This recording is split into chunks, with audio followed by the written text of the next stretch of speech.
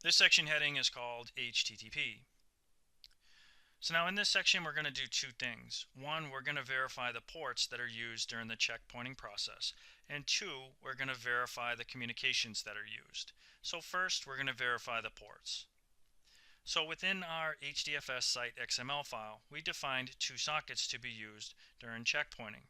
So what we're going to do is we're going to go to each one of these nodes and verify that each of these sockets actually exists. So we're going to do this using the netstat command. So we're going to type netstat. We're going to use the -PA option over here. So this is going to allow us to see all listening as well as established connections, and also any program names or process IDs associated with them. Now we don't want to actually view all of the connections. We only want to see the ones that are associated with checkpointing. So on the name node, we're just going to want to see the one associated with port 570. So HTTP uses TCP as its transport, and when the three-way handshake completes, we establish a connection. So this is the established connection for checkpointing. So we have our dedicated server port, and on the client side we have the dynamically generated port number. Okay, so now we're going to explore this same thing on the secondary name node. So netstat -PA pipe grep, and then we want 590 over here. And if you get this where you don't see an established connection, just hit the up arrow key and then issue it again. Okay, so now inside of here we can verify the same exact thing. Alright, so now the next thing that we're going to do is we're going to run some packet capturing software in order to capture the communications that are used during the checkpointing process. Alright, so before we actually do that, let's review what we're going to expect to see for communications. So we're going to come up to this file. So on your secondary name node, what happens here is we first issue a GET request in order to retrieve the image. Then we issue another GET request in order to retrieve the edits. And then what we do over here is we merge both of those into a single file, remember a new FS image file, and then we instruct the name node with this request over here to actually download the newly created image file.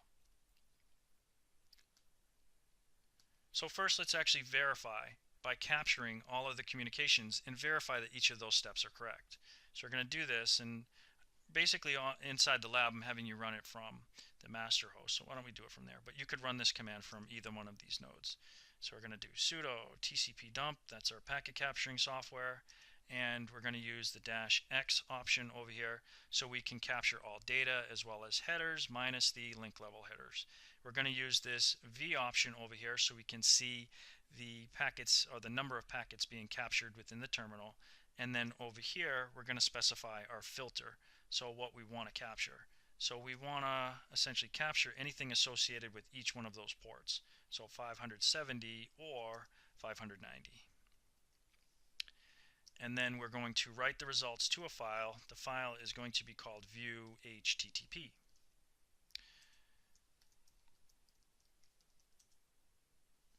So down here we see the GOT, and we want to make sure that this is larger than, say, 23. And 22 is probably fine. I'm going to let it go one more. So Control C, that's our break to stop the packet capturing software. And now we'll actually review the contents of the file to verify that it matches what we're seeing inside of the image. So we're going to use sed for this. So we're going to type sed-n, and then inside of here we're going to specify what patterns we want to kind of pull out from that file. So the patterns are in between these slashes right here. So HTTP.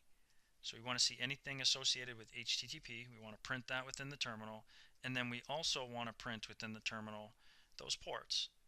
So we're just going to do 500 star, and then once again we're going to print that, and then we have to specify the file. So the file is view HTTP.